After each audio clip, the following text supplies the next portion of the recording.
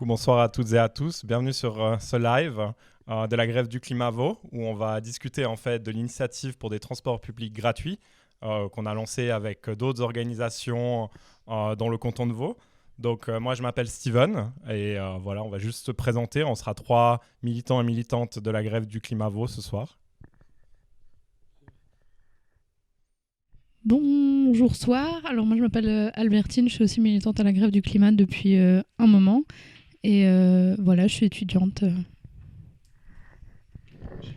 Propre micro, c'est fantastique. Et Gary, du coup, également militant à la grève du climat. Et je crois que ça va être très sympa de pouvoir aussi avoir cette discussion ensemble ce soir, interagir, répondre à aussi une initiative et un projet politique qui a suscité beaucoup d'interrogations chez pas mal de gens aussi qui suivent la grève du climat. Et c'est aussi l'occasion de clarifier pas mal de points concernant cette initiative et concernant la grève du climat en général.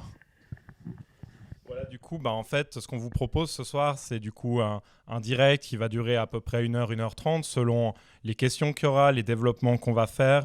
Le programme, c'est un peu, en fait, on va vous représenter l'initiative dans ses grandes lignes, également le texte. Voilà les arguments principaux pour lesquels on a amené cette initiative de manière générale dans le comité unitaire. Et ensuite, on vous expliquera pourquoi, plus précisément, en tant que grève du climat, on soutient notamment cette initiative, en quoi elle nous est utile aujourd'hui pour construire un peu l'avenir. Mais également, et c'est ce qu'on veut faire en fait le plus, c'est vous reporter les témoignages qu'on a eus sur le terrain et également répondre à un certain nombre de critiques ou de doutes qui ont été émises par des personnes, par des organisations. Certains de ces doutes sont totalement légitimes et des questions, et il faut y répondre. Et voilà, pour ça, l'idée, c'est qu'on soit un maximum à voir cette vidéo ce soir et à interagir. Donc, je vous encourage vraiment à relayer cette vidéo sur les réseaux sociaux. Vraiment, vous pouvez suivre également tous nos réseaux de la grève du climat. On est sur Facebook. Vous pouvez nous suivre sur Instagram, grève du climat, Climate Strike, également sur Twitter, Climate Strike Switzerland. Et du coup, ce qu'on va vous proposer, c'est déjà un peu de présenter cette initiative. Qu'est-ce qu'en fait c'est cette initiative pour des transports publics? Je ne sais pas qui c'est qui aurait envie peut-être de la présenter un petit peu dans ses grandes lignes.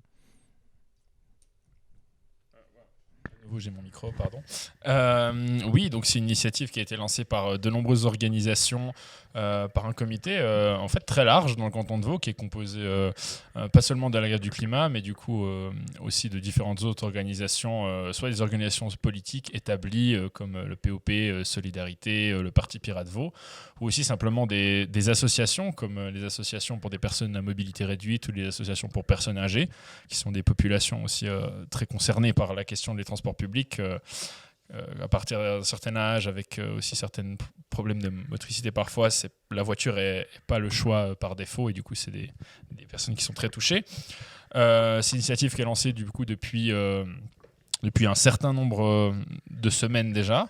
Donc le texte de l'initiative est en fait relativement simple. Donc c'est un ajout, un nouvel article 57 bis à la Constitution vaudoise, qui se lit comme suit. L'État doit garantir des transports publics gratuits, de qualité et respectueux de l'environnement, ainsi qu'une desserte équitable et cohérente de toutes les régions du canton.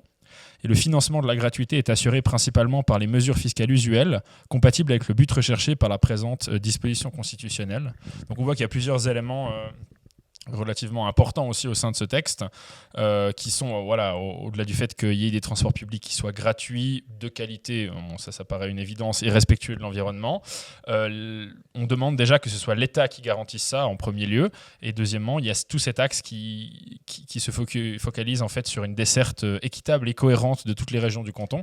Donc l'idée, c'est vraiment pas simplement, comme on l'a vu par des initiatives précédentes, soit de donner la gratuité uniquement dans des centres-villes urbains, etc., ou alors uniquement à une certaine frange de la population, les personnes retraitées, les personnes de moins de 20 ans, de 25 ans, les étudiants et étudiantes, mais vraiment à l'intégralité de la population, les populations rurales comprises, qui actuellement, et du coup aussi parallèlement, intensifient évidemment les transports publics dans ces régions-là.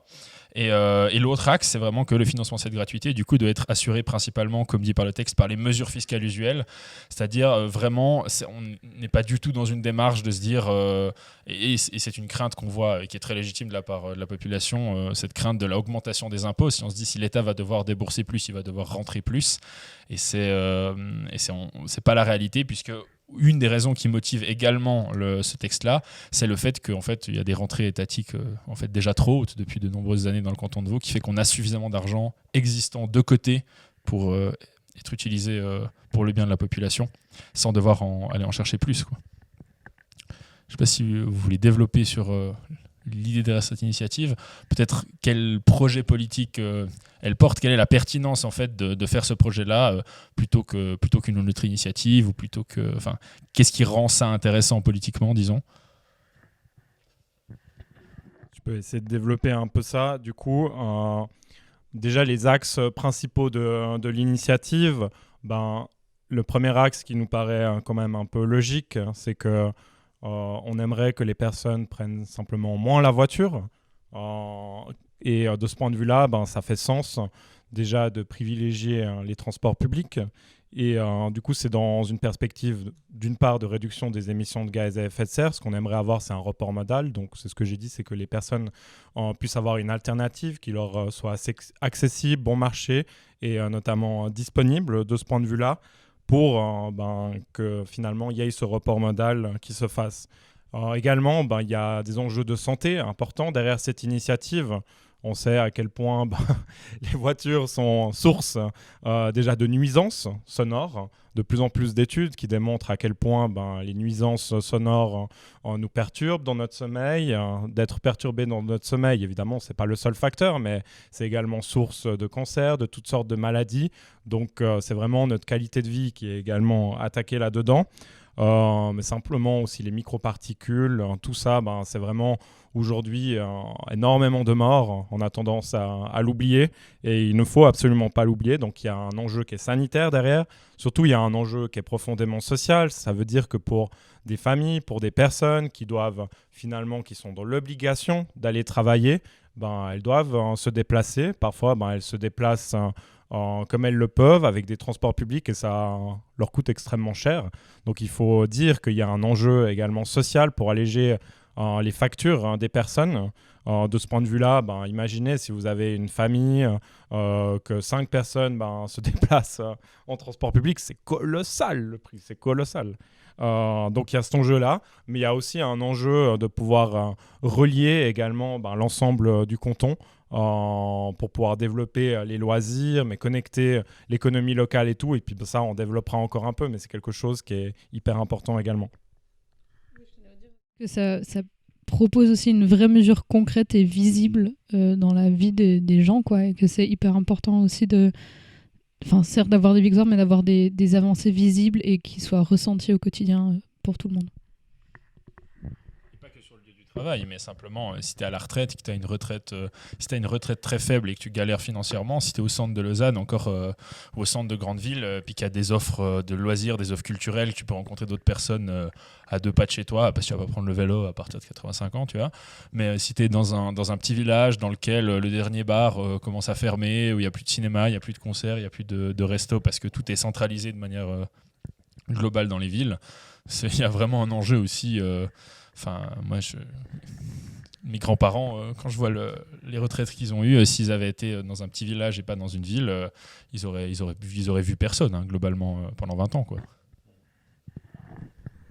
Peut-être que là, on a un peu donné des arguments sur ce qu'on a présenté. Vous pouvez tous les retrouver sur le site web transportpublicgratuit.ch où vous avez tout l'argumentaire. Vous pouvez télécharger les feuilles d'initiative, vous pouvez les signer, les faire signer, les déposer dans votre école, sur votre lieu de travail. C'est une manière déjà concrète de nous aider au cas où.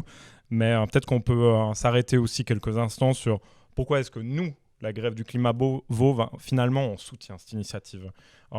Pourquoi cette idée des transports publics, cette gratuité derrière les transports publics, elle est importante pour nous. Et donc, est-ce qu'on n'essaierait pas de développer un peu pour ça? Parce que c'est des questions parfois qui se posent dans notre mouvement. Et aussi, on nous interroge, pourquoi finalement faire ça, cette mesure-là précisément? Je crois que quelque chose qui tient vraiment à cœur de la grève du climat, c'est que ça soit une mesure qui soit de l'écologie sociale et pas punitive, et qu'on sorte vraiment de cette idée de taxer les gens et de faire payer quelqu'un qui va voir sa famille en Espagne une fois par année 200 balles de billets d'avion, mais que ça soit vraiment quelque chose qui soit social et qui puisse plutôt rassembler que diviser, et qui puisse vraiment avoir un sens au niveau d'une avancée sociale et écologique. Il y a tout un aspect aussi, comme tu as dit, du coup, de concret, dans le sens où on a passé aussi une année et demie, il y a eu une grosse année et demie avec un gros momentum de mobilisation qui a permis de prendre un sujet qui était vraiment un sujet de niche, en fait. On voit Greenpeace, c'était vraiment les ahuris, les écolos dans leur coin, avec leur sarouel, etc., et qui s'occupaient, je crois qu'il y a eu 2-3 études, machin truc, et on a vraiment rendu ça un sujet majeur. Et maintenant, il s'agit aussi de faire, très bien, l'écologie, personne n'en parlait, c'était un peu un sujet de niche, il y avait... l'écologie, globalement, on en parlait quand on matait un film d'un type qui montrait des super plans de ce qu'ils font dans un hélicoptère. Globalement, ça se résume à ça. Et maintenant, c'est un sujet, toutes les entreprises se font faire des bilans carbone, tous les politiciens et politiciennes se font poser la question, et du coup, pour l'écologie, vous proposez quoi? Et c'est là aussi que c'est dangereux pour nous, c'est que si on n'embraye pas sur des vraies propositions, si on dit juste, si jamais ça fait 50 ans qu'il y a un problème énorme et que personne n'en parle, puis que juste on dit qu'il y a un problème, c'est tout le risque que les mêmes personnes qui ont ignoré le problème 50 ans prennent à charge pour eux de résoudre ce problème et se dire, maintenant qu'on sait qu'il y a un problème écologique, on va se proposer de le résoudre. Et on l'a vu, ça a débouché sur des textes qui sont totalement barrés, en fait, des textes qui proposaient comme quasiment unique mesure d'augmenter le prix, globalement, que ce soit le prix du ticket d'avion, le prix de l'essence, le prix du chauffage, le prix de différentes choses. Donc, juste des mesures vraiment purement économiques, aucun regard sur l'utilisation de ce genre de choses.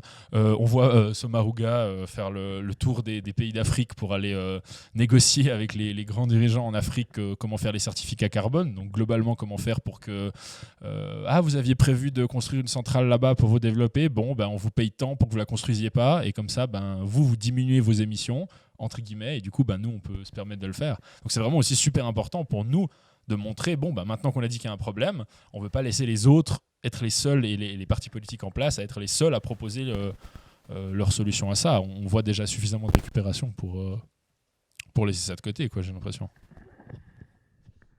Peut-être aussi, on a un groupe de travail au sein de la grève du climat qui s'appelle System Change, où on pense justement aux alternatives concrètes au système capitaliste. Et cette gratuité, c'est quelque chose qui a déjà été expérimenté ailleurs. C'est pas juste une utopie, c'est déjà des alternatives concrètes qui démontrent des résultats. Et l'idée de gratuité est extrêmement importante. Dans un projet qu'on aimerait porter, qu'il soit éco-socialiste ou de décroissance, il y a vraiment cette idée, ok, quels sont les besoins qui sont essentiels à la société pour tourner? Aujourd'hui, on construit un nombre de besoins artificiels sur la base de la publicité, de toutes sortes de mécanismes, évidemment, qui enrichit toujours les grandes entreprises et puis les plus riches. Et nous, ce qu'on aimerait, c'est se poser la question, qu'est-ce qui est nécessaire à notre société pour qu'elle tourne? Le minimum. Et ce minimum, par exemple, il y a se déplacer. C'est important de se déplacer. Donc, en gros, c'est comment on se déplace pour essayer d'avoir le meilleur bilan carbone, mais également faire que ces déplacements soient démocratiques. Quand on réfléchit un peu, on arrive rapidement à la conclusion que les transports publics répondent à ce besoin. Et de ce point de vue-là, si c'est un besoin essentiel pour nous, il faut qu'il soit gratuit. Au même titre que, par exemple, les questions sur les logements, la question de la nourriture pourraient se poser. Évidemment, ça soulève des questions de personnes qui travaillent derrière ces institutions et tout. Mais comment est-ce qu'on fait pour assurer le minima pour qu'ensuite on rentre vraiment dans une phase de décroissance très forte de notre société? Existant, je veux dire, l'école, c'est déjà un truc où les gens se disent, l'éducation, truc crucial dans la société, on aimerait que tout le monde ait une éducation. Comment on fait? On se dit pas, on va un peu baisser le prix de l'école pour espérer que plus de gens inscrivent leurs enfants, etc. Tu dis, au-delà du fait que c'est obligatoire, tu dis que l'école, simplement, c'est quelque chose de gratuit. Et que du coup, après, voilà, les gens disent ça va coûter de l'argent. Enfin, ça viendrait à l'idée de personne aussi de se dire oui, mais l'école gratuite, je sais pas si je suis pour, parce que quand même, ça va coûter de l'argent. Évidemment que ça va coûter de l'argent. La question, c'est est-ce qu'on dit que c'est une priorité et on se démerde pour trouver l'argent puis le mettre, ou est-ce qu'on se dit que finalement, se déplacer, tu trouveras bien de bagnole, et puis sinon, on espère que tu fasses du télétravail, ou alors que tu aies un bon office de placement et de chômage pas loin de chez toi, quoi. Alors là, on va passer un peu à un retour de terrain. Souvent, on nous pose la question genre, est-ce qu'elle est populaire, cette initiative? Et si elle l'est, en fait, qui c'est qui signe concrètement? Est-ce que c'est que les bobos des villes? C'est qui un peu les profils des gens qui sont derrière et qu'est-ce qu'ils disent concrètement? La popularité de l'initiative, je crois que c'est assez populaire. En tout cas, les récoltes de signatures, ça se passe toujours de manière hyper agréable et fluide, disons. Et qui signe, c'est vrai qu'il y a énormément de jeunes qui signent, des gens de plus de 18 ans, bien sûr. Et, mais il y a aussi beaucoup de jeunes, beaucoup plus jeunes, quoi, je dirais entre 12 et 18 ans, qui sont hyper intéressés, en fait, et qui questionnent vraiment ça. Donc il y a effectivement beaucoup de jeunes, des apprentis, des étudiants, des jeunes qui travaillent. Et puis il y a passablement de personnes plus âgées, de personnes retraitées, qui effectivement, comme tu l'as dit Gary, en fait, n'ont pas les moyens de payer les transports publics, surtout dans des agglomérations comme Lausanne. Enfin, en nager pour une personne à la retraite précaire, c'est vraiment ahurissant comme budget. Et puis, les personnes précaires, quoi. Et puis, les familles. Énormément de familles, avec beaucoup ou peu d'enfants, des familles et surtout des familles monoparentales, avec seulement un parent, donc.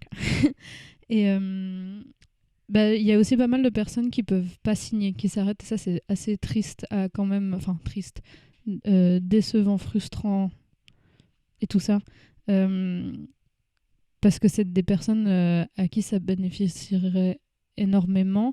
Et c'est aussi des personnes qui sont en fait hyper intéressées, mais pas intéressées, profiteuses, intéressées parce que vraiment c'est une question intéressante, quoi. Et voilà, et c'est vraiment triste de voir ce pourcentage de gens qui ne peuvent pas participer à cette vie qui pourtant les concerne. Et qui voudraient pouvoir signer parce qu'ils utilisent les transports, parce qu'ils travaillent. Et donc c'est des gens qui participent aussi à la vie économique, etc., qui à ce titre-là... c'est d'ailleurs un axe aussi du texte, c'est de dire, dans le cas où il y a des contributions financières supplémentaires qui seraient nécessaires pour financer, il y aurait une réflexion sur l'augmentation de l'imposition sur le bénéfice des entreprises. C'est-à-dire que les entreprises qui sont dans le canton et qui font du bénéfice et qui ne le réinvestissent pas. Hein, parce que quelqu'un qui a une entreprise de carrelage, de plomberie, etc., s'il fait du bénéfice une année, il prend un ou deux, il rachète une camionnette. Il ne va pas vraiment dégager du bénéfice financier. Mais les entreprises qui vraiment font du bénéfice et globalement... le garde, de les mettre aussi à contribution parce que c'est aussi les entreprises, ces entreprises-là, particulièrement les grosses entreprises, les sociétés et les sociétés qui créent du job entre guillemets bureaucratique, administratif, toutes les multinationales à l'international qui ont leur siège dans le canton de Vaud, qui simplement, c'est elles qui vont se mettre aussi en dehors des lieux où les gens habitent. C'est-à-dire que si tu as un petit bled un peu perdu où tu peux aller mettre ton énorme siège social, comme le fait Valais, l'entreprise... l'énorme multinationale qui a son siège à Saint-Pré, si je ne m'abuse, c'est-à-dire juste au milieu d'un village du canton de Vaud, comme ça, paf, tu as un énorme bâtiment et en fait, tu as juste tous les gens qui s'occupent de l'administration de Valais pour payer très très peu d'impôts et qui viennent aussi se mettre là précisément parce qu'ils ne payent pas beaucoup d'impôts. Ils ne se mettent pas là parce qu'ils sont au contact des gens qui cherchent du travail, etc. Donc si les entreprises viennent se foutre au milieu de nulle part, pour que ça les arrange financièrement, c'est un peu un juste retour de bâton aussi de demander une contribution, si en plus ils font du bénéfice, de demander une contribution qui puisse être retombée sur le reste de la société et de la population qui, elle, qui est la population qui justement se déplace et travaille et vit activement et pas seulement financièrement dans le canton de Vaud. Alors, peut-être pour des points également factuels qui vous intéressent, ça fait plus d'1 mois qu'on a lancé cette initiative. C'était le mardi 23 août. Et là, l'état des lieux actuel, il est très bon. Ce qui ne veut pas dire que vous ne devez pas continuer à signer si vous ne l'avez pas fait, mais on doit avoir 12 000 signatures officiellement validées par l'État de Vaud. Nous, en tant que comité unitaire, on s'est fixé le quota de 14 000 et on est actuellement à, je ne sais plus exactement combien. 6 234 signatures, alors, dont 2167 de la grève du climat, donc un bon 35%. Le total des signatures du comité. Donc ça, c'était le moment d'autopromotion. Mais pour dire qu'on a vraiment été sur le terrain, c'est important parce qu'on n'a pas récolté 50 signatures, donc c'est pas 50 témoignages qu'on va vous ramener, en plus des gens qui signent pas. Mais déjà, il y a ce nombre de signatures. Il faudrait rajouter qu'il y a eu 18% de déchets. Un déchet de signature, c'est en gros une signature qui est invalidée parce que peut-être la personne avait moins de 18 ans ou c'était justement une personne étrangère qui n'avait pas la citoyenneté, les droits pour pouvoir voter. Et de ce point de vue-là, ça montre qu'on a beaucoup plus et on n'a pas tout donné encore. Donc, on est plutôt dans des statistiques qui sont effectivement super bien. Écrit n'importe comment, hein, parce Ouais. que ça arrive aussi, les signatures parfaitement illisibles, il y en a quand même pas mal. Hein. Oui, il y en a quelques-unes et on peut rien y faire.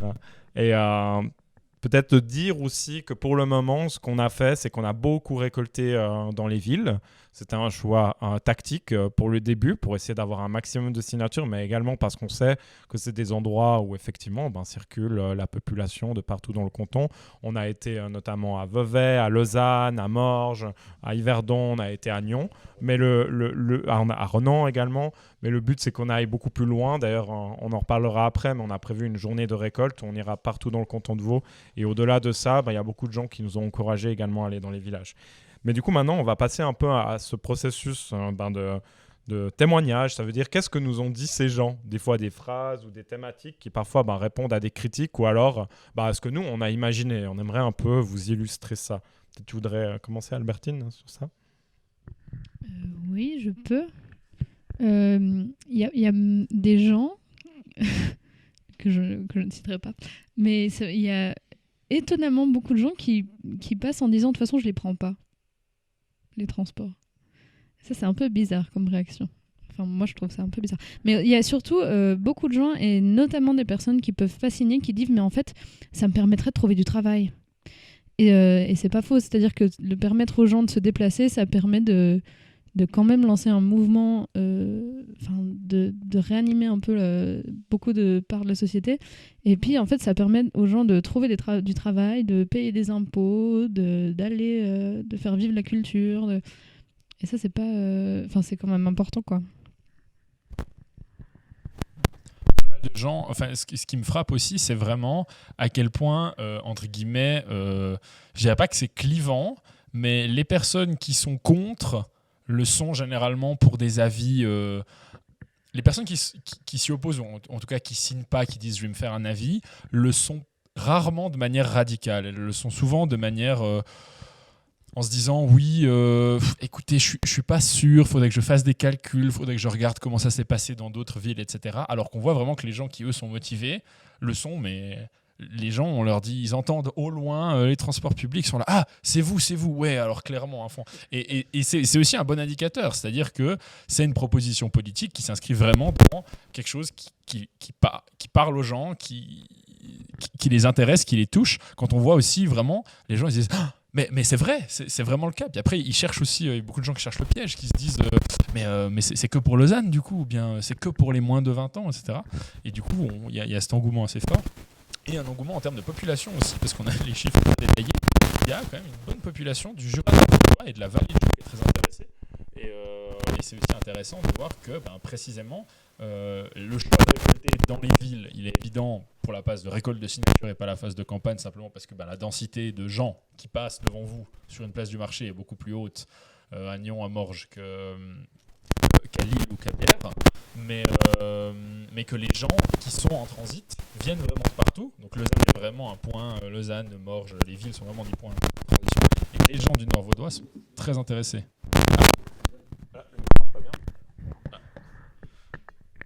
On me dit pas l'oreillette que le micro marche pas très bien. Du coup, j'ai changé de micro. Mais du coup, oui, de voir que c'est pas, contrairement aux idées reçues, disons, c'est pas vraiment qu'une population citadine qui est intéressée par ce genre d'initiative. Je sais pas si tu as des témoignages, toi, de gens que tu as rencontrés dans la rue qui t'ont frappé avec des réflexions auxquelles tu t'attendais peut-être pas aussi. Moi, il y en a un peu deux, en fait, qui m'ont confirmé pourquoi cette initiative est bonne. Le premier, c'est le témoignage d'une dame qui était relativement âgée, avec qui on a discuté un petit moment, et qui m'avait expliqué combien elle touchait en fait avec son AVS, donc quelque chose de très maigre, qui par ailleurs justifie aussi le fait que la grève du climat se batte pour une AVS bonne et s'oppose à AVS 21, donc un projet vraiment antisocial de réforme du système des retraites. Mais c'est un autre sujet, et la personne me disait qu'elle avait la nécessité de devoir se déplacer en transport public. Dès lors, elle devait payer son abonnement, et elle n'avait pas assez d'argent, donc elle avait pris une décision. Sa décision, c'était très simple. C'est qu'elle sautait quasiment un repas sur 2. Donc voilà, c'est une personne qui est sous-alimentée. Et elle m'avait dit, depuis que je suis passé à la retraite avec l'AVS, en gros, j'ai perdu 25 kilos. Moi, ça m'a marqué, ce premier. Le deuxième qui m'a beaucoup marqué, c'est une autre dame, c'était une mère de famille, et qui était dans une situation précaire, et qui m'a dit qu'elle n'avait pas assez d'argent en fait pour pouvoir payer un abonnement à son fils qui allait à l'école. Où elle habitait, je ne vais pas citer d'endroit justement pour garder un peu l'anonymat, mais c'était une commune où il y avait très peu de subventions, donc elle était quasiment bloquée. Donc qu'est-ce qui se passait avec son fils? En gros, il marchait de 1h à 1h15, ça dépendait de sa forme de chaque jour. C'est le temps qu'il marchait pour aller à l'école. Donc imaginez le matin, le gamin il doit se lever 1h15 plus tôt que ses camarades pour aller à l'école, et il doit marcher encore 1h15, c'est 2h30. Alors la marche c'est quelque chose de bien, mais en fait ça symbolise quelque chose, c'est qu'il y a des mobilités qui sont précaires aussi. C'est-à-dire qu'il y a des gens qui n'ont pas accès à la mobilité. Et là, on a pris le cas d'une famille précaire, mais ça peut être également à d'autres types de mobilité. Et puis, cette gratuité des transports publics, elle répond à un besoin. Là, finalement, peut-être qu'il aurait envie de marcher 1 jour sur 5 pour aller à l'école, parce que ça lui fait du bien. Mais peut-être que 4 jours sur 5, il aimerait se lever plus tard, ou s'il se lève, travailler ensuite là-bas. Juste avoir la possibilité de choisir comment vivre et pas d'être contraint. Et ça, c'est aussi pour ça qu'on lance cette initiative. Ouais, et le temps que tu gagnes aussi, je veux dire, un enfant qui est à l'école et qui perd 2 heures par rapport à ses camarades de classe, c'est aussi un enfant qui, au-delà du fait que ça va être plus compliqué pour faire ses devoirs, avoir du temps extra, c'est une personne qui va pas pouvoir faire des activités sportives, qui va pas pouvoir avoir accès à des activités culturelles, à ce genre de choses. Et du coup, c'est aussi un facteur d'aggravation énorme du reste des inégalités dans ta vie. La personne qui a la possibilité de faire du sport, de la musique, du théâtre, etc., quand elle est à l'école, face à la personne qui ça aura passé des heures et des heures à simplement marcher à travers des champs pour se rendre à l'école, aura un nombre d'expériences différentes et ça va se renforcer en fait au fur et à mesure aussi des années, l'écart avec le reste des gens en termes de développement et d'inclusion sociale. Il y a aussi pas mal de réactions par rapport aux autres types de mobilité, c'est juste? Oui. Par rapport aux autres types de mobilité, par exemple par rapport au vélo ou par rapport aux personnes qui prennent la voiture, il y a étonnamment beaucoup de gens qui ont peur que du coup les gens qui font du vélo, ils vont prendre les transports publics maintenant.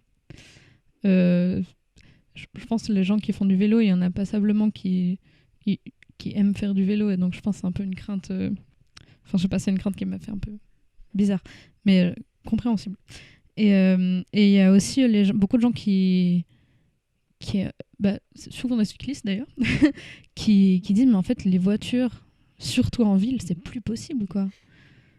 Quand il y a un SUV sur la bike lane, la piste cyclable, merci Lauriette, sur la piste cyclable, c'est effrayant, et c'est quelque chose qui marche plus dans la façon qu'on a de se déplacer en 2021 quoi. Et donc cette initiative-là permettrait aussi sûrement à beaucoup de gens d'arrêter de prendre une voiture pour une personne, parce que c'est compréhensible que quand on a une voiture, on ne prenne pas les transports publics parce que ça coûte beaucoup d'argent. Il y a des questions qui commencent à nous arriver et continuer à en poser. Il y en a actuellement 3. Il y en a une qui répond à ça. Peut-être que je pose juste la question, parce que ça peut être lié un peu en développement. Ou tu voulais dire quelque chose ? Vas-y alors. Je voulais juste réagir justement à ce fait.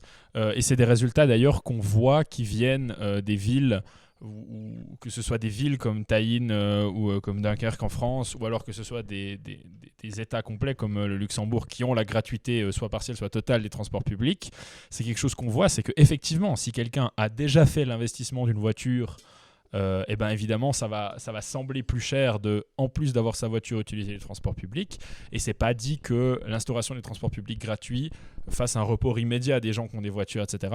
Mais la question se pose en fait quant aux personnes qui sont en fin de vie, c'est-à-dire que quand ta voiture elle est en fin de vie, là se pose vraiment la question, est-ce que j'investis activement dans une nouvelle voiture ou est-ce que je vais aller prendre les transports publics, et c'est quelque chose qu'on voit dans le rapport qui a été fait sur les effets de la gratuité à Dunkerque. Donc c'est un rapport du professeur à Sciences Po Lille Henri Brich qui était paru en 2017, où on voit que 50% des nouveaux usagers, donc des personnes qui se lancent en fait dans la mobilité, donc c'est des personnes qui à la base étaient jeunes, les personnes qui commencent à rentrer dans la vie active, que ce soit sportive, culturelle ou professionnelle, 50% des nouvelles personnes prennent le bus. Donc c'est pas forcément les personnes que ça fait non plus 40 ans qui prennent la voiture qui subitement vont se mettre à prendre le bus, mais c'est aussi sur la durée, donc c'est des effets qui sont pas immédiats, et c'est évident, mais c'est peut-être intéressant de préciser qu'effectivement si l'initiative passe, on verra pas les effets 2 jours après, quoi. Du coup, effectivement, il y a une question qui a été posée dans le chat qui est « Et cette initiative touchant à la gratuité, elle est plus facile à vendre politiquement. Comment faire pour des mesures moins séduisantes et plus restrictives, par exemple la diminution de vente de SUV, SUV ?»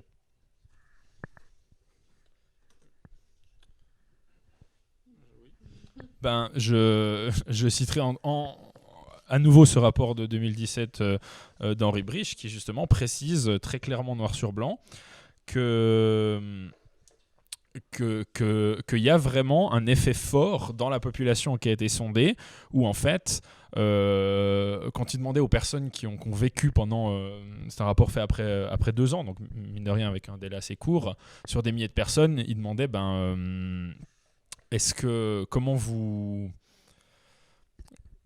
comment dire, cette question comment est-ce que vous vivriez des nouvelles mesures plus contraignantes sur la voiture en ville, etc. On voyait que c'était un facteur important. Les gens se sentaient un peu libérés et se disaient je serais beaucoup moins réticent à des mesures plus restrictives sur les SUV en ville, sur la vente de SUV, sur le trafic, les limitations soit de vitesse, soit réduire le nombre de lignes, réduire le nombre de parkings, si je sais qu'il y a une alternative. Donc c'est aussi la question de l'ordre, c'est des mesures complémentaires, il va falloir avancer avec la carotte et le bâton, mais ce qui a été fait avec maintenant, c'est vraiment politiquement aucune prise de risque, que du bâton, que de la taxe, que faire payer, que faire peur, que punir, et parce qu'il n'y avait pas de courage politique aussi d'amener la carotte, et c'est vraiment quelque chose auquel on tient et qu'on voit que ça marche ailleurs. C'est vraiment cette question de si tu amènes d'abord des alternatives, ensuite contraindre les autres solutions va paraître beaucoup plus acceptable et beaucoup plus réaliste pour le reste de la population que si tu leur dis en fait on va arrêter de vendre des SUV, on va réduire la voiture en ville et on espère que vous vous débrouillez derrière. On pense être dans le bon ordre avec ce qu'on fait.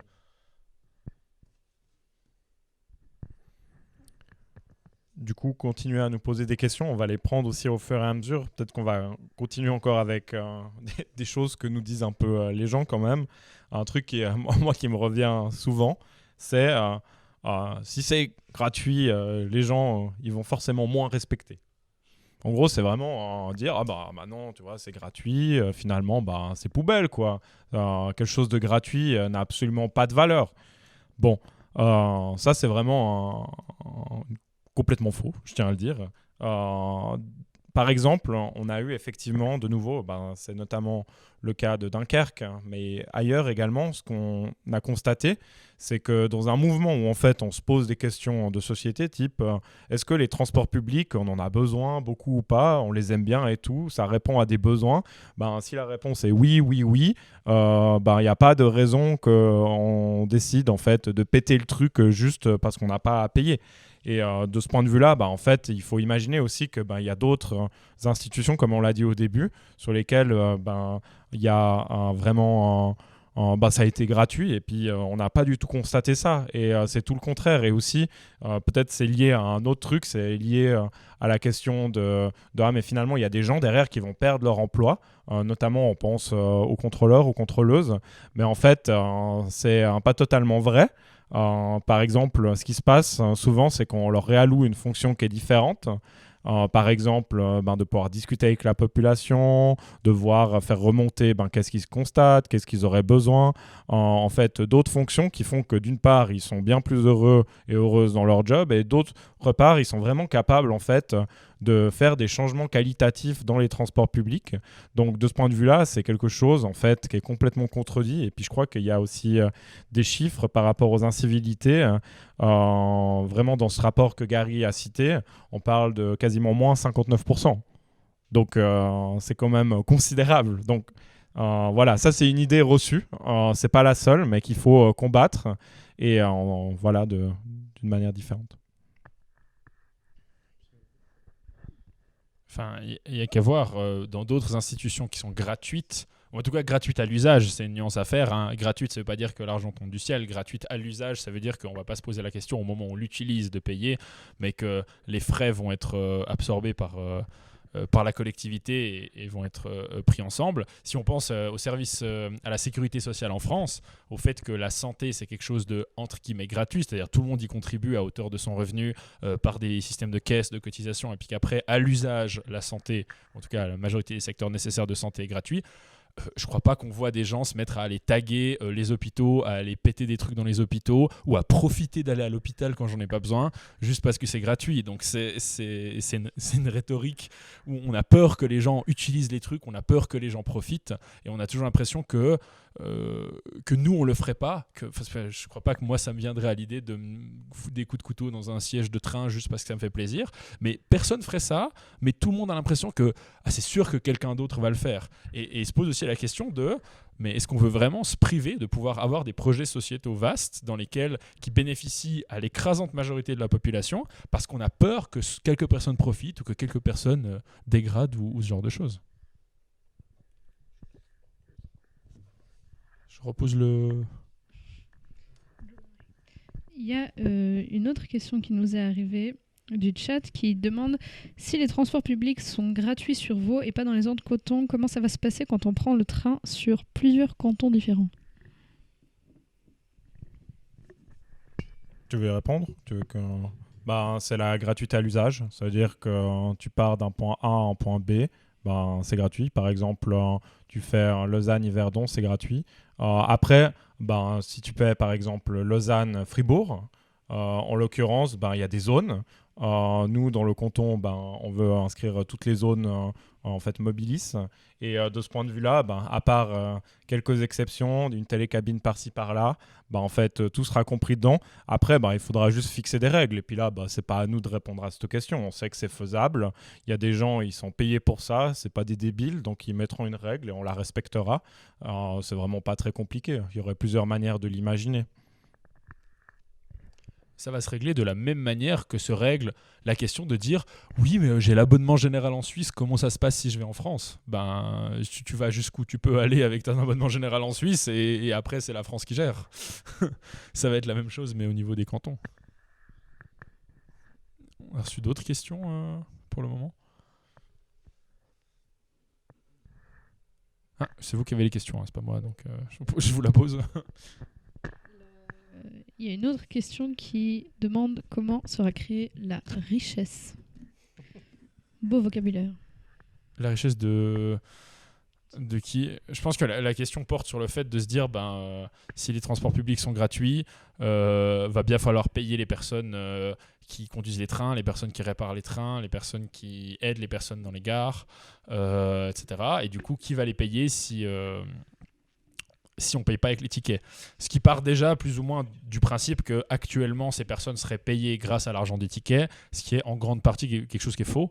C'est-à-dire qu'à l'heure actuelle, le salaire des personnes qui conduisent les trains, ou qui les réparent, ou qui les maintiennent, ou qui font les panneaux d'affichage dans les gares, cet argent-là de leur salaire ne provient pas directement de l'achat de nos billets. On n'en provient qu'en petite partie. Les transports publics sont actuellement dans une situation hybride qui d'ailleurs est insupportable, qui est le fait qu'à la fois les transports publics dans le canton de Vaud sont massivement subventionnés, parce que c'est évident qu'un État doit faire un effort de promouvoir une mobilité commune, moins polluante, etc.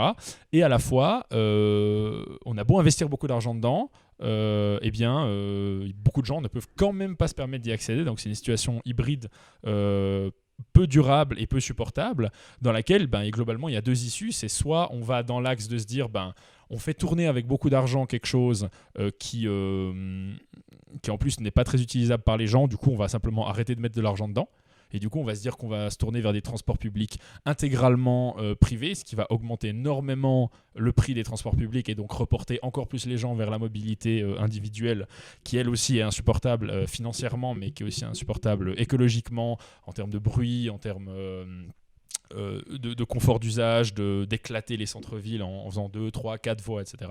Soit on va dans l'autre sens en se disant quitte à mettre de l'argent dans les transports publics, comblons le reste du petit vide et mettons suffisamment d'argent dedans pour que ça puisse être vraiment un service public et qui soit utilisable et qui crée de la mobilité et qui crée du lien. Et donc faisons la démarche en fait jusqu'au bout.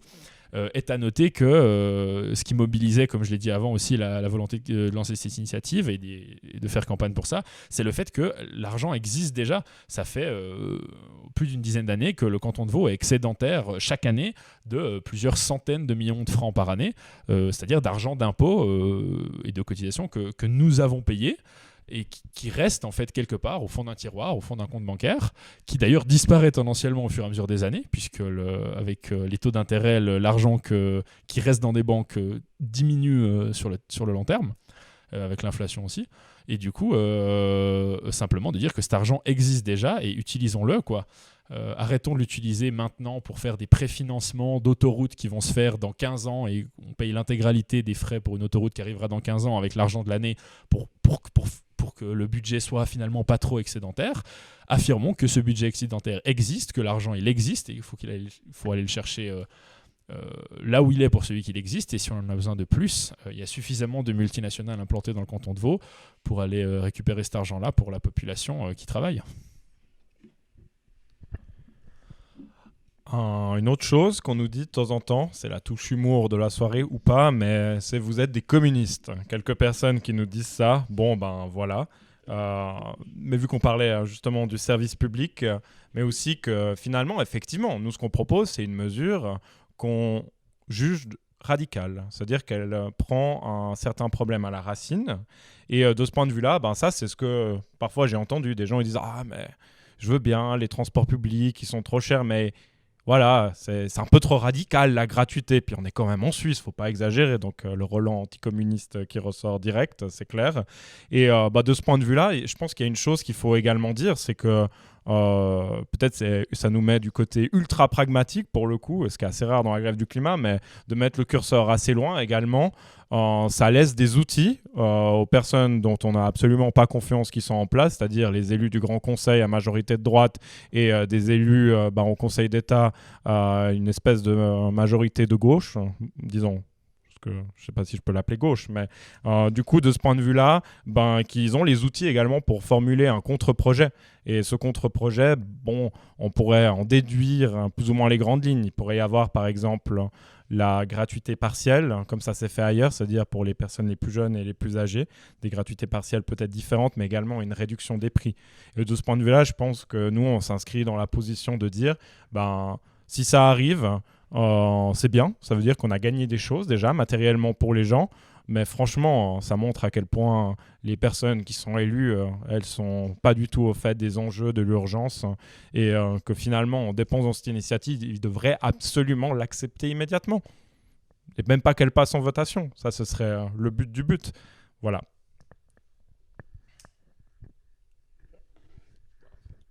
Pour les questions, on est bon, on a reçu des nouvelles. Désolé, on regarde en temps réel ce qui se passe dans les commentaires. On nous relaie les questions qui sont posées sur les différentes plateformes aussi. Donc on est actuellement en live sur Facebook, mais vous pouvez aussi nous retrouver sur Instagram, sur Twitter, sur YouTube. Et du coup, oui, pas Insta, on me signale, pardon. Enfin, vous pouvez retrouver la grève du climat de manière générale sur Instagram, @climatestrike_Suisse, climatestrike Suisse, mais non, on n'est pas en live sur Insta, mais on est en live sur YouTube, et du coup, on a différentes aussi plateformes sur lesquelles les commentaires peuvent être posés, donc on doit répondre aux commentaires sur ces différentes plateformes. Oui. Une nouvelle question qui nous dit, on ne sait pas. La gratuité et l'accessibilité n'est-elle pas la réponse de gauche parfaite aux revendications de liberté négative, vu qu'elle propose une liberté positive de mobilité? Vous pouvez répéter la question? Oh pardon, c'était peut-être un peu fort. La gratuité et l'accessibilité n'est-elle pas la réponse de gauche parfaite aux revendications de liberté négative, vu qu'elle propose une liberté positive de mobilité? Vous avez 7 minutes. La question de liberté négative m'est assez obscure, mais la question de la liberté positive, pour ce que ça veut dire, c'est qu'effectivement, c'est une réponse adéquate à une crise à la fois sociale et à la fois écologique, dans le sens où elle propose quelque chose effectivement de positif pour le reste, pour la population. Et on l'a vu, les temps sont incertains économiquement, les temps sont incertains en termes de crise sanitaire aussi. Je crois qu'on commence à se rendre compte, malgré ce qui se dit, que en fait, personne n'est à l'abri d'avoir son emploi. Les personnes qui pensaient être à l'abri des aléas économiques, ou en tout cas être suffisamment tranquilles parce qu'ils étaient même patrons de 4 restaurants et de 2 boîtes de nuit dans le canton, en se disant bon, alors moi j'ai 6 établissements, c'est pas moi qui vais avoir des problèmes économiques. Subitement en fait, paf, tout peut fermer, etc. Et donc en fait, tout le monde est actuellement dans une situation où personne ne sait pendant combien d'années il ou elle aura encore son job. Est-ce que son job va payer? Est-ce que son secteur va se maintenir? Et dans une situation économique de plus en plus incertaine, où les salaires baissent, ou en tout cas les prix montent sans que les salaires montent, etc., de savoir en fait qu'on a un filet social, et c'est aussi comme ça que ça agit. La question de ne pas simplement baisser les prix ou alors augmenter la fréquence, mais d'avoir un service qui soit gratuit à l'usage, c'est vraiment d'avoir un filet de sécurité. C'est qu'on vous assure que quoi qu'il arrive en termes de perte de job, en termes de déplacement, etc., la mobilité sera toujours quelque chose qui sera garanti, de la même manière dont, quoi qu'il vous arrive, d'où que viennent vos parents, quelle que soit votre situation familiale, quelle que soit votre religion, etc., l'école vous sera toujours ouverte et vous pourrez toujours y avoir une éducation. Et les transports, la mobilité collective sera toujours quelque chose qui sera un filet de sécurité qui sera présent pour vous. Je ne sais pas si ça répond exactement à la question, mais après, j'ai pas trop compris la question. Donc, Je crois que ça répond. Oui, tu voulais réagir, Moi, il y avait sur cette question de la liberté et de l'indépendance, une chose qu'on voit souvent être reprochée justement à la voiture, qu'on voit être reproché au transport public par rapport à la voiture, c'est cette idée que la voiture, quand même, ça nous amène de là où on veut à là où on veut, c'est quand même super pratique, le train, finalement, les horaires sont pas pratiques, je suis beaucoup plus libre avec la voiture, etc. Et c'est quelque chose, c'est un argument qui est... qui revient souvent, et dont un philosophe français qui s'appelle André Gorz avait écrit un magnifique texte dans les années 70 qui s'appelait L'idéologie sociale de la bagnole. Et si on a le temps, il y a un petit extrait de ce texte que je trouve intéressant de lire, qui justement parle de ça, et qui s'appelle justement le paradoxe de la liberté quant à la voiture automobile, et qui dit justement qu'en apparence, la voiture, elle confère à ses propriétaires une indépendance illimitée qui leur permet de se déplacer aux heures et sur les itinéraires de leur choix à une vitesse égale ou supérieure à celle du chemin de fer. Mais en réalité, cette autonomie apparente a pour envers une dépendance radicale, Là où, il parle pour l'époque, à la différence du cavalier, du charretier, du cycliste, l'automobiliste va dépendre en fait pour son alimentation en énergie et comme d'ailleurs pour la réparation du moindre problème des marchands et des spécialistes de la carburation, de la lubrification, de l'allumage et de l'échange de pièces standards, et qu'à la différence de tous les propriétaires passés de moyens de locomotion, l'automobile allait avoir un rapport d'usager et de consommateur et non pas de possesseur et de maître au véhicule, dont formellement il est le propriétaire. Ce véhicule, autrement dit, nous dit André Gors, allait l'obliger à consommer, à utiliser une foule de services marchands pour se déplacer et de produits industriels que seuls des tiers pourraient lui fournir. L'autonomie apparente du propriétaire d'une automobile recouvre en fait sa radicale dépendance.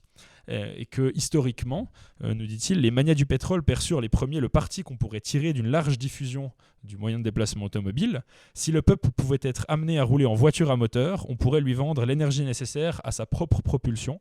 Pour la première fois dans l'histoire, les hommes deviendraient tributaires pour leur locomotion d'une source d'énergie marchande.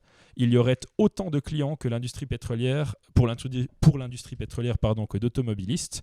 Et comme il y aurait autant d'automobilistes que de familles, le peuple tout entier allait pouvoir devenir client des pétroliers. La situation dont rêve tout capitaliste allait se réaliser enfin. Tous les hommes allaient dépendre pour leurs besoins quotidiens d'une marchandise dont une seule industrie détiendrait le monopole. Donc en fait, il y a vraiment cette question aussi que c'est quoi l'impact social de choisir la voiture comme moyen de déplacement de manière générale et en fait, à quoi ça nous lie aussi, dans quel type de système ça nous maintient de s'accrocher à la voiture comme moyen de déplacement qui nous rend roi avec des grands guillemets de la route. Eh bien voilà une réponse fournie. Est-ce qu'on prend encore une question, puis ensuite on peut continuer un peu sur notre petite plonge qu'on a fait. On peut prendre une question qui nous demande après les transports et la mobilité comme service public, adviendra-t-il la médecine comme service public? Pour avoir une petite question d'avenir. Effectivement, c'est une question qui est intéressante. Peut-être que ça nous permet en fait de nous projeter un peu plus loin de qu'est-ce qu'on fait, vers où on veut aller avec cette initiative, parce qu'en fait il y a une forme de transition dedans. Et la personne, elle demande finalement, est-ce qu'on va avoir tout qui va être du service public? On va revenir quand même à cette question-là. Bon, la médecine, déjà, c'est très vague comme terme. Si demain des gens me disent le domaine du care devrait devenir un service public, ma réponse serait oui. À titre personnel, il y a une proposition qu'on étudie à la grève du climat qui s'appelle les services publics de base. À la base, ça vient de l'anglais Universal Basic Services, c'est UBS. Bon voilà, ça c'est pour l'anecdote, c'est comme ça qu'on s'en souvient facilement. C'est ça, surtout qu'ils ne les financent pas du tout. Mais de ce point de vue-là, c'est vraiment quels sont les domaines qui sont nécessaires pour maintenir nos sociétés. Comment est-ce qu'on fait pour améliorer toute une série de facteurs qui font que ces services publics fonctionnent en fait. Et fonctionnent, est-ce qu'ils sont démocratiques, est-ce qu'ils sont accessibles? Et de ce point de vue-là, nous, ce qu'on fait, c'est de positionner la mobilité, notamment les transports en commun, comme un service public qu'on aimerait gérer en commun, parce que on veut que ce soit accessible et on veut que ce soit le moins cher possible. À partir de là, il faut une réflexion de société. Et c'est ça qu'on demande depuis longtemps, c'est de se dire, il faut se poser à des tables et puis se dire, ça ne nous sert plus à rien, ça ne nous sert plus à rien. Comme l'a dit Gary avant, finalement, est-ce qu'on a vraiment autant besoin des teams, vraiment de tout ce trafic individuel motorisé, d'avoir autant de voitures? De ce point de vue-là, je pense que si on menait une discussion un peu sociétale sur la question liée aux besoins, la réponse serait non. Et dès lors, comment est-ce qu'on fait pour construire autrement? Donc voilà, la médecine, c'est une question ouverte, comme ça pourrait être la question sur les logements, sur d'autres choses. Ce qu'on peut être absolument sûr, c'est que certaines activités sont totalement parasitaires, ne servent absolument à rien. Je pense qu'aujourd'hui, il faut le dire, par exemple, toute la bureaucratie qu'il y a dans les centres financiers, tout ça, la manière dont c'est géré, ça, c'est nada. Et en plus, ça investit massivement dans les énergies fossiles. Il y a également tous les secteurs qui sont liés aux énergies fossiles. C'est des secteurs qui vont devoir disparaître. Donc, ça doit répondre à des besoins. Voilà. Je pense que je vais terminer là. Est-ce qu'on a un petit fantôme, une petite oreillette qui nous demande est-ce que tu arriverais juste à expliquer ce que c'est le care et qu'est-ce que c'est les services du care? Ouais, alors le care, les services du soin, bon, ça peut être théorisé de manière large ou non, mais c'est notamment tous les soins aux proches qu'on peut avoir. C'est également, par exemple, tout le travail de soins aux enfants, l'éducation, la garderie. C'est également prendre soin des personnes quand elles sont malades. Quand j'ai dit qu'on pouvait prendre ça de manière large, on pourrait aussi dire, par exemple, l'agriculture, ça pourrait être du travail du care, de soins, parce qu'on doit prendre soin finalement de la terre, également faire qu'on ne la détruit pas totalement et produire des aliments pour finalement que la société puisse se reproduire. C'est ça qu'on a besoin, c'est qu'on se reproduise. Et aujourd'hui, c'est nos nombreuses productions nuisibles qui font qu'on est plutôt dans un processus, dans une trajectoire où on n'est pas sûr de pouvoir se reproduire encore très longtemps. Je dirais aussi pour cette question de la médecine en tant que service public, qu'on n'est pas forcément aussi là pour dire ça doit être comme ci, ça doit être comme ça. Simplement, on est aussi là pour poser des questions. On se dit, le rêve que finalement le développement il va aller dans tous les sens à la vitesse maximale, c'est un rêve qui arrive au passé. Dans un monde en contrainte économique, où les ressources viennent à manquer, oui, en contrainte, je crois que c'est un terme qui n'a pas besoin d'être plus développé que ça. Dans un monde aux contraintes, on ne peut pas développer tout en parallèle. Si on développe quelque chose, ça se fait au détriment d'autre chose. Et ça signifie que là où il y a une logique des années 60-70 où en fait on peut développer à fond les voitures en même temps qu'on développe à fond les transports publics, en même temps qu'on développe à fond les vélos et en même temps on développe à fond toutes les industries et le logement et la pétrochimie et l'agriculture, ça marche pas. Et du coup, ça veut dire qu'on va falloir faire des choix. Qu'est-ce qu'on développe et qu'est-ce qu'on ne développe pas en tant que société. Et du coup, la première question, c'est d'arriver au constat, qui n'est pas arrivé aux oreilles de tout le monde, qu'on arrive gentiment dans une époque où il va falloir choisir des priorités. Alors, on a évidemment des propositions quant aux priorités qu'on trouve les plus pertinentes, mais se pose ici simplement la question qu'il faut que la société entière commence à se poser la question. Ok, premièrement, il faut trouver des priorités. Lesquelles je vais trouver, etc. Et actuellement, on fait cette proposition par l'intermédiaire des transports publics en disant et si on commençait à dire que les transports publics sont une priorité et que le trading n'en est pas une. Eh bien, se posera aussi, on l'espère dans un futur, la question de parlons des priorités. Est-ce que la santé, c'est priorité ou est-ce que la santé, finalement, c'est un luxe et on veut avoir pour priorité le développement des nouvelles technologies est-ce qu'on veut privilégier le transhumanisme ou est-ce qu'on veut privilégier la réparation des vivants, comme on pourrait dire, enfin en tout cas la médecine, etc. Donc c'est pas à nous de dire est-ce que la médecine doit être un service public ou pas, mais en tout cas la question se pose de est-ce que ça fait partie du champ des choses dont on estime nécessaire à la vie en société ou est-ce qu'on estime que c'est quelque chose de superflu. Il y avait un point qu'on voulait aborder encore, c'était quelles sont en fait les craintes des gens, les oppositions des gens ou de différentes organisations qui sont des craintes tout à fait légitimes et importantes. Il y a notamment la peur de l'augmentation de l'impôt, l'idée que la gratuité est une espèce de fausse bonne direction, la perte de l'emploi des gens qui travaillent dans le secteur. Est-ce que vous avez des anecdotes ou des choses à nous dire là-dessus ? Pour la question de la perte d'augmentation des impôts, on en a déjà parlé extensivement avec la question du fait que l'argent, on peut le répéter, mais l'argent de guillemets, selon nos projections en tout cas, il est déjà là puisque ça fait le canton de Vaud est quasiment excédentaire de près de 500 millions de francs par année depuis une dizaine d'années et qu'on chiffre que l'argent qui manquerait pour financer les transports publics, enfin l'argent qui est des rentrées des billets actuellement et qui du coup disparaîtrait, serait autour des 350 millions de francs par année. Donc l'argent en fait existe déjà, donc il n'y aurait pas d'augmentation des impôts. Il y a cette question aussi de taxation du bénéfice des entreprises dont le siège social est situé dans le canton de Vaud. Après, c'est des questions qui nous montrent, enfin, c'est aussi paradoxal, c'est que si les gens ont peur que les impôts augmentent, c'est que les gens sentent déjà qu'ils sont pris à la gorge, donc c'est que les gens sentent déjà que, en fait, chaque franc, chaque dizaine de francs, parce que oui, si augmentation des impôts, ça va pas être une augmentation des impôts pour les personnes de la classe moyenne, les travailleurs et les travailleuses, ça va pas être une augmentation de 300 balles par mois, quoi. Là où, par contre, un abonnement pour la famille entière peut vite monter en grade.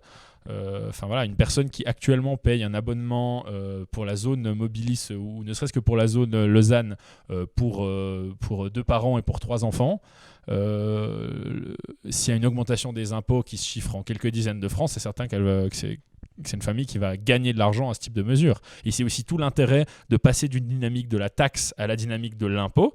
C'est que l'impôt, ça fait tous chier quand on le paye, mais il faut se rendre compte que l'impôt, c'est un outil incroyable au sens où la taxe ou le billet fait que si votre billet coûte 2 francs 40, il coûte 2 francs 40 que vous soyez, que vous gagnez 1500 balles, 5000, 10 000, 1 million par mois, vous allez payer votre ticket le même prix. Vous allez payer une prestation et vous avez le droit de vous déplacer pour un prix qui est fixe, mais du coup, il y a des personnes pour qui c'est énorme et des personnes pour qui c'est très peu. Là où le financement par l'impôt à l'inverse fait que voilà, si vous êtes pauvre, vous allez payer peu, si vous êtes riche, vous allez payer beaucoup, et tout le monde a accès à ce service-là. Donc, l'augmentation des impôts, c'est quelque chose qui ne devrait pas arriver, et que s'il arrive, restera quand même globalement mathématiquement favorable aux personnes de par les économies qu'elles vont réaliser sur l'achat des tickets.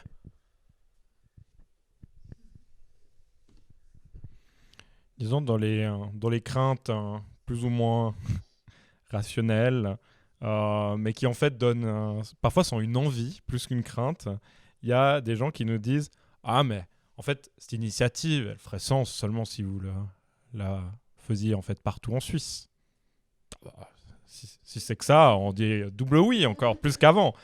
La question, c'est est-ce qu'on en est capable aujourd'hui et de ce point de vue-là, il faut peut-être rappeler également qu'on n'est pas pionnier dans le fait d'avoir lancé l'initiative pour les transports publics. C'est qu'il y a eu également la même qui a été lancée à Neuchâtel, la même qui a été déposée récemment à Fribourg, il y a eu également à Berne, il y a eu à Zurich. D'ailleurs, il y a toutes des questions également de rapport de force. On voit très bien que c'est pas évident parce qu'à Fribourg, ils ont dit l'initiative, elle est anticonstitutionnelle.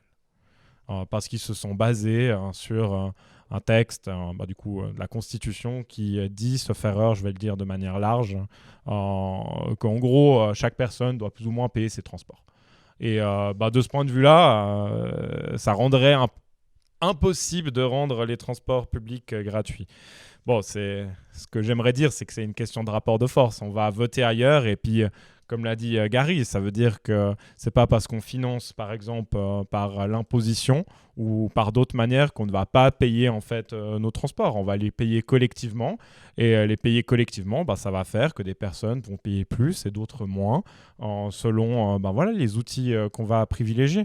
Et de ce point de vue-là, à titre, c'est chelou quand même qu'on se retrouve dans cette situation, et je pense que là c'est un appel aux gens qui nous écoutent. Il ne faudra pas laisser ça passer si ça arrive également ici, parce que il faut qu'on vote sur ça. On va les gagner, ces transports publics, et ils seront gratuits bientôt partout dans la Suisse.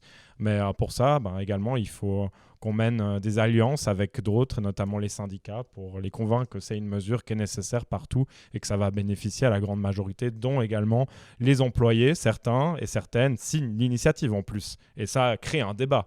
Je ne dis pas qu'ils sont toutes et tous d'accord, très clairement pas, mais ça crée un débat. Et ça, je trouve, c'est quelque chose d'extrêmement constructif.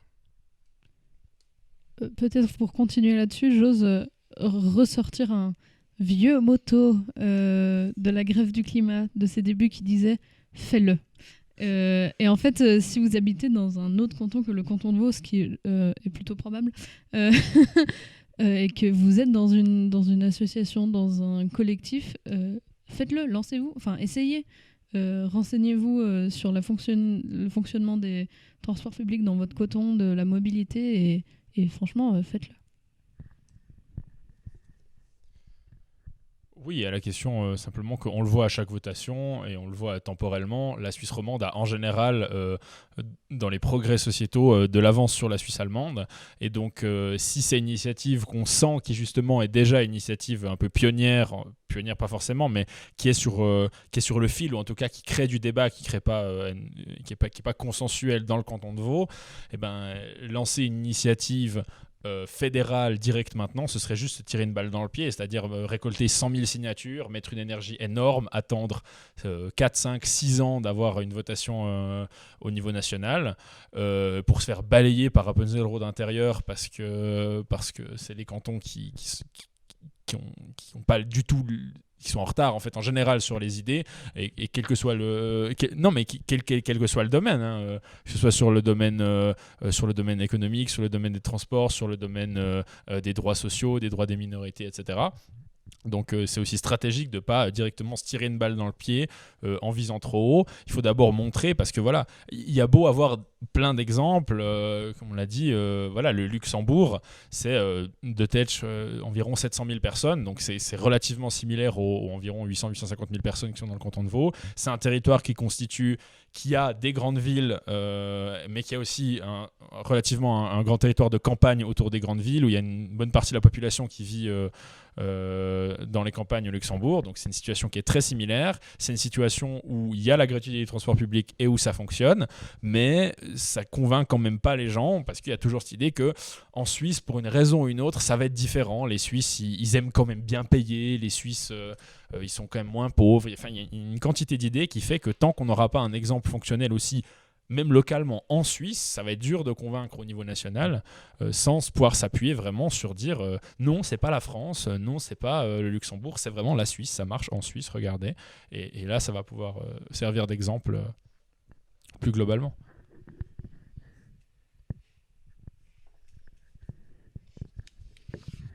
On s'excuse envers les gens de Appenzell-Rhodes intérieur, nous ne pensons pas que vous êtes des gens en retard tant que ça. Pas individuellement. De la même manière, dans la Suisse entière est en retard par rapport à plein d'autres pays dans le monde. Et ça ne veut pas dire que les personnes individuelles en Suisse sont des personnes retardées. C'est pas du tout ça le principe. C'est-à-dire qu'il y a des dynamiques aussi politiques, des dynamiques d'échelle, des dynamiques culturelles qui font que voilà, si la Suisse vote en 2021 sur la question du mariage homosexuel, c'est pas parce que les gens en Suisse sont des retardés mentaux du tout. C'est une question de se dire que voilà, il y a des dynamiques culturelles qui font qu'on a 10, 15, 20, 30 ans de retard sur d'autres pays, et ça marche à toutes les échelles. Il y a des cantons, des villes qui sont plus conservatifs, ou des villes qui sont plus progressistes, partout. Voilà, on s'excuse aussi pour le mot de l'utilisation du mot retardé. Est-ce qu'on prendrait pas une question ? Je passe au passage, petit rappel de poser vos questions sur le chat ou vos interactions si vous avez des choses à dire. On les lit volontiers. On passe à une question ? Ouais. Alors, une question qui nous demande voyez-vous cela comme un mouvement transitoire vers un système post-capitaliste décroissant ? Quels sont d'autres éléments à mettre en place afin de freiner la croissance, qui semble être un fondement du système capitaliste ? À vous. Pendant 3 minutes, ça va être difficile, hein, vu qu'il y a le mot à la fois capitalisme et décroissance. Bon, en gros, oui, ça s'inscrit là-dedans. Peut-être qu'on peut prendre un peu de temps pour essayer d'expliquer peut-être d'autres réflexions qu'on a, et peut-être d'autres projets qu'on porte et mesures éventuellement.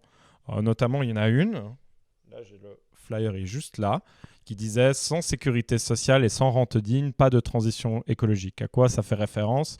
C'est que les grévistes du climat sont contre AVS 21. C'est ce que je disais avant. Par exemple, AVS 21, c'est une réforme, une énième, pour en fait augmenter l'âge de la retraite des femmes, et également augmenter l'âge de la retraite pour toutes et tous à terme, pour flexibiliser l'âge de départ de la retraite pour tout le monde, et également faire qu'en fait les gens touchent moins de rente, moyennant ce qu'on a déjà dit avant, où il y avait des personnes qui étaient à l'AVS et voilà, qui crevaient la dalle, pour le dire littéralement.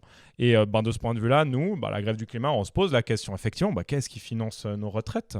Où cet argent est investi ? On a un système des retraites en Suisse, on a plusieurs piliers, et notamment le deuxième pilier, c'est en fait des placements qu'on a.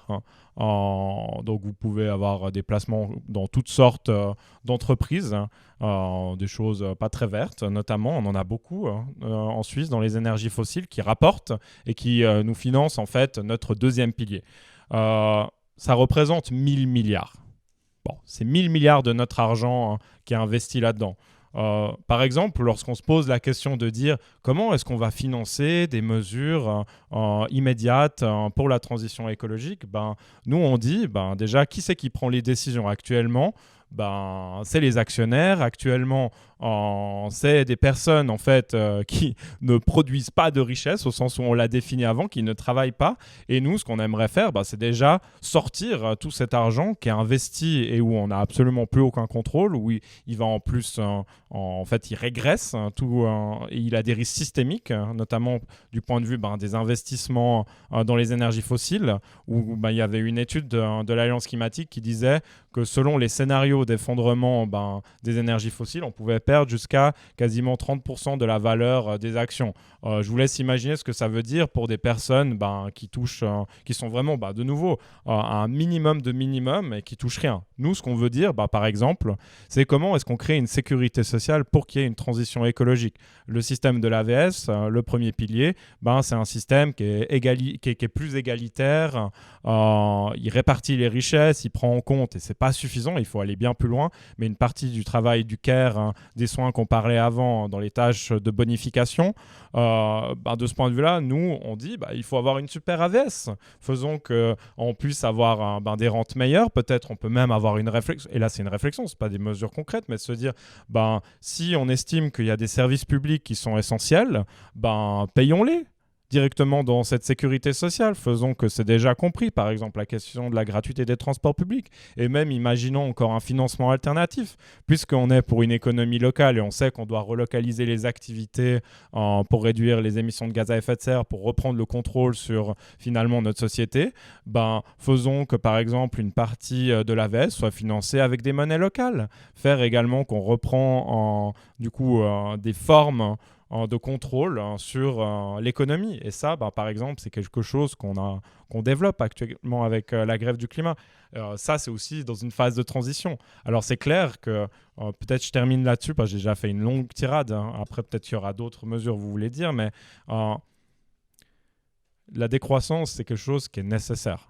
Par décroissance, on entend une réduction massive et planifiée des productions de marchandises et de l'énergie qu'on dépense. Ça veut dire que l'énergie totale, il faut qu'elle soit beaucoup plus basse actuellement. Je le dis dans une perspective aussi de justice internationale. Ça veut dire que la Suisse, aussi petite soit-elle, est un pays hautement impérialiste. Ça veut dire que vous avez toutes sortes de multinationales. Il y en a une qui a été citée à Valais avant, qui surexploite des gens dans les pays du Sud, qui finalement, cet argent, c'est qui le touchons à la fin, dans des services publics, aussi bons ou mauvais soient-ils, c'est nous. Parce qu'on a la multinationale qu'elle a. En plus, elle paye vraiment le minima d'impôts. Donc, tout le monde se retrouve perdant, mais surtout également les personnes qui sont exploitées là-bas. La décroissance, c'est une nécessité parce que c'est un projet de répartition des richesses à l'échelle globale. Et de ce point de vue-là, il faut aussi qu'on ait des mesures très fortes pour faire qu'il y ait la possibilité à des pays qui ont encore besoin de se développer des services publics, comme on l'a dit avant, l'éducation, tout ça, qu'ils aient la possibilité. Mais ça veut dire que nous, en contrepartie, dans un monde contraint, comme le décrivait Gary, nous, il faut qu'on décroisse immédiatement. Et c'est une question de justice. Et en plus, de toute manière, il va falloir péter ce système. Donc, autant qu'on le prenne un bout par l'autre et qu'ensuite, on essaie de faire les choses différemment. Est-ce que tu veux qu'on te remplisse ton verre d'eau? Oui, Gary. Ouais, et cette question de la décroissance, elle est aussi fortement liée justement. Si la décroissance, ça signifie réduire notre activité économique et réduire notre utilisation de ressources et donc repenser la production, la question de l'organisation de la production, elle arrive immédiatement. Et effectivement, c'est une caractéristique fondamentale du système capitaliste, en tout cas du système privé, parce que c'est de ça qu'on veut dire. Donc la propriété privée, voilà, la production agricole est privée, la production télécommunication est privée actuellement, et les transports publics sont en tout cas semi-privés à l'heure actuelle, qui est le but reste de faire de l'argent. Ça ne veut pas dire que toute personne qui travaille dans une entreprise privée fait cette chose-là uniquement pour faire de l'argent. Il y a énormément de gens qui adorent leur travail, qui ont un travail qui contribue à la société. Je ne crois pas que c'est parce qu'un médecin touche de l'argent qu'il fait médecin uniquement pour faire de l'argent. Mais il reste que le jour où une entreprise ne fait pas d'argent, elle disparaît. Et donc, ce n'est pas forcément son but premier avéré de faire de l'argent, mais une chose est que si elle ne fait pas d'argent, elle disparaît, donc son but principal reste quand même de se maintenir économiquement. Ce qui implique que s'il y a une demande dans un secteur où il y a du travail, où il y a des entreprises qui travaillent, une demande qui baisse, si on a 20 employés pour fabriquer un truc et que les gens se rendent compte qu'ils n'en ont plus besoin, il va falloir faire en sorte que les gens continuent quand même à en avoir besoin, parce que sinon on n'aura plus de rentrée d'argent. Et c'est bien la différence aussi principale entre le public et le privé, c'est que en fait on ne se demande pas dans le public actuel en Suisse, pour prendre un exemple concret, on ne se demande pas si l'école c'est rentable. La question ne se pose pas de savoir si est-ce qu'on va faire de la pub pour l'école, est-ce qu'il va falloir rentabiliser l'école, est-ce qu'on va créer du marketing autour de l'école, venez à l'école, c'est chouette, etc. Non, l'école, on sait que c'est quelque chose qui coûte de l'argent, mais simplement on se dit c'est quelque chose qui est utile.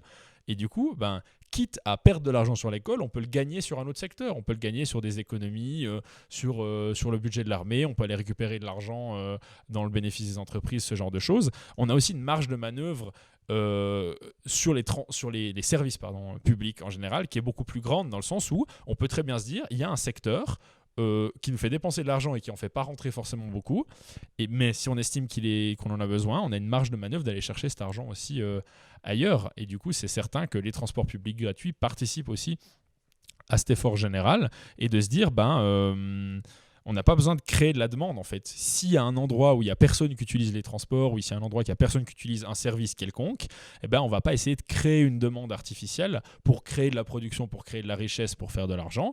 Il n'y a pas d'intérêt à avoir des trains qui circulent. Il y a un intérêt à avoir des trains qui circulent parfois à vide, si c'est une entreprise privée qui les gère, si elle peut avec ça justifier de construire plus de routes, d'atteindre l'endroit, etc. Alors que quand c'est géré publiquement, s'il y a de la demande, on la satisfait. Si on n'a pas d'intention de créer de la demande. Donc la question de la décroissance est fortement liée avec la manière dont on produit les choses et dont on les gère. Et la manière privée est loin d'être la manière la plus optimale de gérer des ressources, parce qu'elle n'a pas pour but primaire de gérer les ressources, elle a pour but primaire de dégager de l'argent. En termes de planning, je crois qu'on arrive gentiment sur la fin de ce live. Si on reçoit encore une ou deux questions éventuellement, après on va rendre l'antenne. Est-ce qu'il y a des questions qui sont arrivées à vous les studios?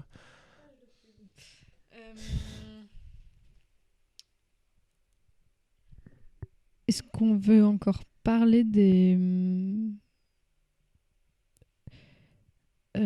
l'inquiétude des gens? Il y a d'autres inquiétudes qui vous sautent à l'esprit comme ça? Je crois pas. J'ai l'impression que s'il y avait des inquiétudes majeures, on les recevrait en commentaire actuellement. Du coup, c'était chouette. Je repasse la parole. Égal, hein. Je sais pas, on peut faire un petit tour de ce qui va se passer dans les prochaines semaines, parce que voilà, c'est pas terminé. Hein, cette initiative n'est pas notre champ des possibles, largement pas. Mais quand même, dans le champ des possibles de l'initiative, il y aura une journée de récolte cantonale le samedi 9 octobre. Elle aura lieu le matin, prioritairement, de 9h à 13h. On sera un peu partout dans le canton de Vaud. Et ce qu'on aimerait, et c'est déjà arrivé, et c'est vraiment super, c'est que vous veniez vous aussi récolter avec nous et nous rencontrer, discuter. On va avoir des récoltes à Échalant, à Épalinges, à Puy, on va aller sur Yverdon, on sera à Morges, à Nyon, à Vevey. Donc on sera vraiment à de nombreux endroits. On va rendre ça public sur nos pages, sur nos réseaux sociaux, donc suivez-les activement. Et le site web également. Donc voilà, ça va être une super journée. Venez à notre rencontre, on vous donne des feuilles, on discute, on passe un bon moment. Et ça, c'est essentiel. Mais après, on aura d'autres mobilisations également qui se préparent. Il y aura une prochaine journée d'action internationale de grève selon où on est, qui aura lieu le vendredi 22 octobre. Et de ce point de vue-là, il y a toute une série d'actions qui sont en train de se préparer en Suisse, mais il y a notamment Genève qui va avoir une manifestation et une grève qui aura lieu ce vendredi-là à 16h. Et puis nous, la grève du climat vaut, on invite toutes les personnes à s'y joindre et que vraiment ce soit une mobilisation aussi importante que possible. Parce que qu'est-ce qui arrive devant nous, comme chaque année, sauf quand il y a des années un peu exceptionnelles comme on l'a vécu, c'est la COP26. Donc ces moments où des gens apparemment importants prennent des décisions sur notre non-avenir d'un point de vue climatique. En fait, il ne se passe jamais rien. Puis ils vont nous dire, comme quand on prend en photo Madame Sommaruga qui fait des voyages, que tout est sous contrôle, alors que tout n'est pas sous contrôle. Et de ce point de vue-là, c'est hyper important qu'on soit dans la rue, qu'on fasse un travail également de formation, d'éducation. Et il y aura également des actions qui auront lieu le week-end du 6 et 7 novembre. Donc ce sera vraiment une journée d'action internationale. Il y aura des actions très radicales contre des secteurs destructeurs, fossiles, écocides. Il y aura également des manifestations gigantesques à Glasgow, le lieu où aura lieu la COP. Donc en Écosse, mais également dans toute la Grande-Bretagne. Donc si vous allez là-bas, profitez de rejoindre des actions et des activistes partout dans le monde. Et également en Suisse, on va également organiser des manifestations et également une journée de formation sur les questions de l'écosocialisme, qui notamment est un des courants qui avait proposé depuis longtemps cette question de la gratuité des transports publics. Donc venez nous découvrir cela, les pensées, les personnes. Et d'ici la fin de l'année, il y aura encore plein d'autres choses. Et peut-être rappeler également que chaque personne est nécessaire, d'autant plus après ce moment difficile qu'on a vécu. Il faut que on refasse des liens, qu'on se revoie et qu'on ait des activités. Et vraiment, il y a encore plein de gens motivés à la grève du climat. Donc rejoignez-nous, on n'est pas si méchants, on est plutôt sympa. On essaie de faire des activités cool. Il n'y a pas que des lives comme on a fait aujourd'hui. Il y a aussi des séances de films, toutes sortes de choses méga bien. Donc rejoignez-nous. C'est ouvert pour toutes et tous, peu importe votre âge, votre genre, tout ce que vous voulez. On a vraiment besoin de tout le monde. Un vocabulaire aussi compliqué. Oui, puis surtout d'ici là, retrouvez-nous au point habituel dans la rue pendant les récoltes de signatures et n'hésitez pas à venir si vous avez des questions et que vous voyez qu'il y a des gens qui récoltent des signatures. Venez les poser, vos questions, venez discuter. Nous, on est aussi un peu là parce que ça nous plaît de parler avec les gens. On poste toujours aussi nos dates, heures et lieux de récolte de signatures sur les réseaux sociaux. Donc ça nous arrive aussi que des fois des gens se disent en fait c'est tout près de chez moi, je vais juste passer pour signer parce que je ne l'ai pas encore fait ou alors pour aider. Il y a des gens aussi qui nous aident spontanément. C'est toujours bienvenu. Je pense qu'on va clore gentiment à ce stade-là. Ça nous a fait très plaisir de pouvoir faire ce live. Dites-nous aussi simplement en commentaire sur les plateformes si c'est des formats qui vous plaisent. C'est un peu la première fois que la grève du climat fait un format de live comme ça aussi plus détendu qui n'est pas une conférence de presse officielle à l'attention des médias mais qui est plutôt aussi à l'attention des gens qui nous suivent. On sait que beaucoup de gens nous suivent sans forcément participer aussi activement, sans commenter, etc. mais qu'on a beaucoup de lectorat et d'auditoires entre guillemets silencieux mais qui n'en pensent pas moins. Et du coup c'est aussi à ces personnes-là que ça nous permet de nous adresser, de développer aussi des argumentaires plus longs. Si on se connecte sur Facebook, qu'il y a des vidéos dynamiques, qu'on voit des vidéos de cuisine et des bébés chats, etc. C'est pas forcément le moment où on a envie de se taper un gros pavé qui parle de quelque chose. Donc là on a aussi des formats plus longs à développer. Dites-nous si c'est quelque chose qui vous intéresse de développer. Moi ça me fait très plaisir en tout cas de pouvoir être là et au plaisir de se revoir aussi dans la rue, en manifestation ou dans différentes actions pour la justice climatique et sociale. Ouais, pareil. Il y aura une version un peu plus éditée et montée et peut-être dense aussi qui sortira sur nos plateformes si vous voulez re-regarder, envoyer à vos amis, parentes, collègues, camarades et autres ou ennemis et autres. Et voilà, pareillement, je pense que c'était vraiment un bon moment et puis on se revoit bientôt.